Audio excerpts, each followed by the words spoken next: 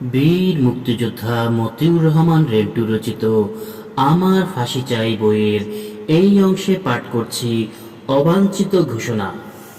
মতিউর রহমান রেন্টু ও Mrs Motiur Rahman Rentu অবাঞ্ছিত হল।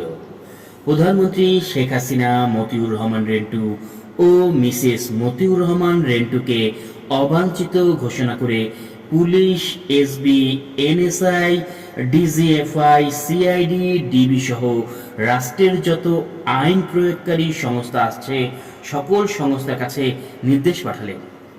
নির্দেশে প্রধানমন্ত্রী শেখ হাসিনা বললেন, এই অবাঞ্ছিতরা প্রধানমন্ত্রীর বাসভবন, প্রধানমন্ত্রীর কার্যালয় এবং প্রধানমন্ত্রীর যে সকল অনুষ্ঠানে যোগদান করবেন সে সকল অনুষ্ঠানে যোগদান করতে পারবে না। এরা যাতে প্রধানমন্ত্রীর বাসভবন, কার্যালয় এবং অনুষ্ঠানে যোগদান করতে না পারে সেদিকে সতর্ক দৃষ্টি রাখার নির্দেশ দেয়া হলো এবং এই অবাঞ্ছিত ঘোষণাপত্র পত্রিকায়ও প্রকাশ করা হলো। 10 টাকায় শেখ মুজিবের ছবি।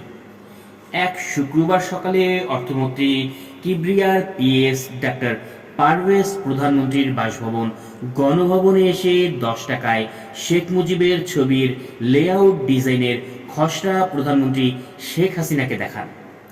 নতুন এই 10 টাকার লেআউট ডিজাইনের খসড়া প্রধানমন্ত্রী শেখ হাসিনা মৌখিকভাবে অনুমোদন করে দিলে তবেই তা ছেপে নতুন 10 টাকার নোট হিসেবে বাজারে ছাড়া হবে।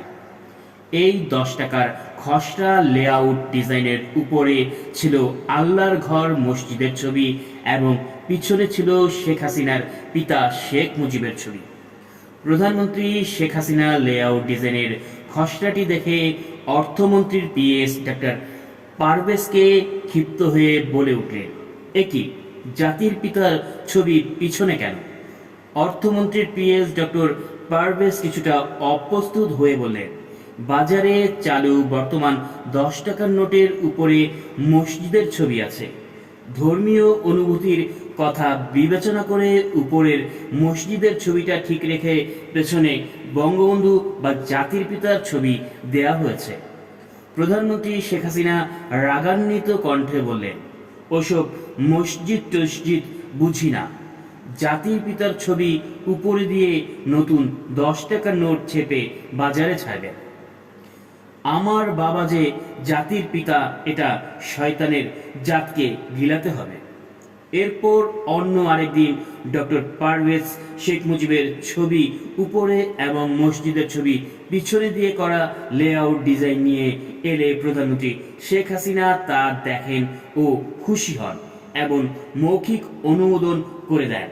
বর্তমানে বাজারে শেখ মুজিবের ছবি সম্বলিত যে নতুন 10 টাকার নোট রয়েছে এটা সেটা।